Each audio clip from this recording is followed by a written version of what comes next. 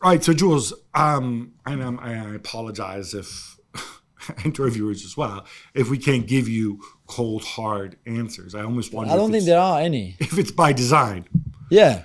I think you've explained really well, Gab, what this means, how we are in this process that's going to be long anyway. I don't think, Real Madrid and A22, Barca can say that, yeah, we've won, football is free, all of that. I think we all know that this is a little bit misleading and that it's far more complex than just thinking like, okay, now the Super League is back on track, this is what we're going to do. And they've put actually on paper a format of what the Super League would look like now, which we can go into more details.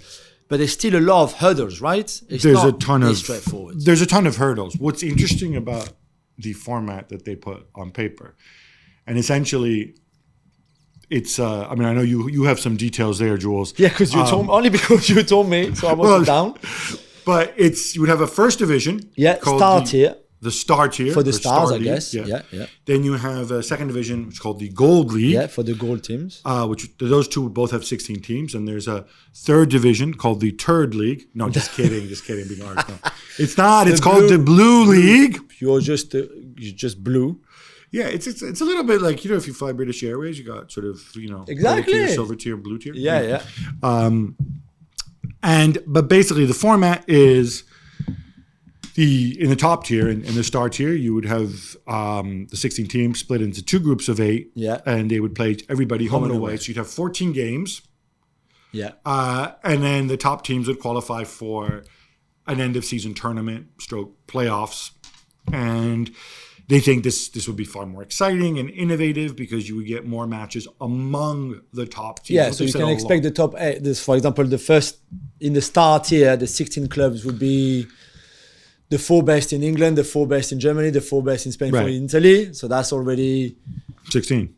That's they have to make room for Paris Saint-Germain. Of course, and PSG. But and then the interesting thing is, if you're at the bottom, you would get relegated to the gold tier. Yeah. And then the gold tier, you get relegated down to the blue tier. Yeah. So what I find really interesting is they say that, well, this would make it open to everybody, right? Because nobody would be guaranteed a spot. True, nobody would be guaranteed a spot. But if you're in the star tier and then you'd have to get relegated twice.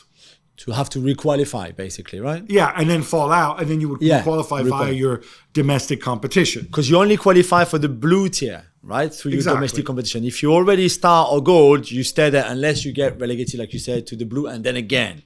And not just that, but in the blue tier, you also have a bunch of teams that have been relegated from the tier before. And you have a bunch of teams that have avoided relegation out of...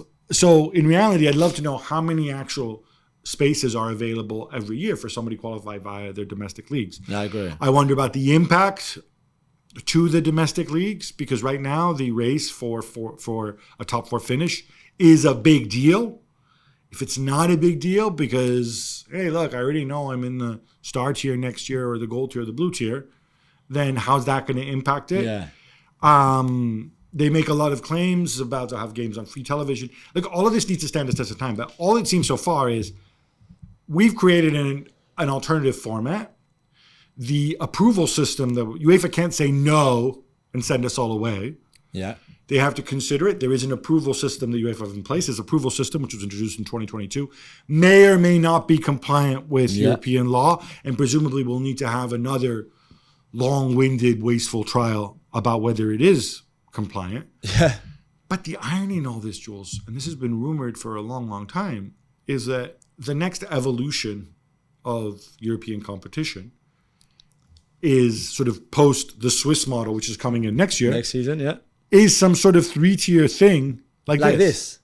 But I've said to you from the beginning, from April 2021, when the Super League, we had this earthquake of the Super League, blah, blah, blah, that in the end, it might not be called the Super League, but UEFA will be involved. All those top clubs will be very happy, Florentino and Laporta included. A22 might have a role in this in terms of organization or marketing rights or commercial rights, something like that. And in the end, it would be very similar to this like 3-tier for what the Champions League is now. 3-tier camp, probably the same for the Europa League and maybe the same for the Conference League or something like that. And then everybody would shake hands and be very happy. and we would have done all of that, all this arguing, going back and forth, paying lawyers, your best friends, a fortune, to get to a point where actually they all agree that, yeah, you can't do it on your own without UEFA, that UEFA also need all those top clubs, and maybe they need a reformer of their competitions, and just to rethink and make it a bit more modern, a bit more energetic, appealing, whatever. And in the end, I'm convinced this is exactly how it's going to finish in 5-6 years time.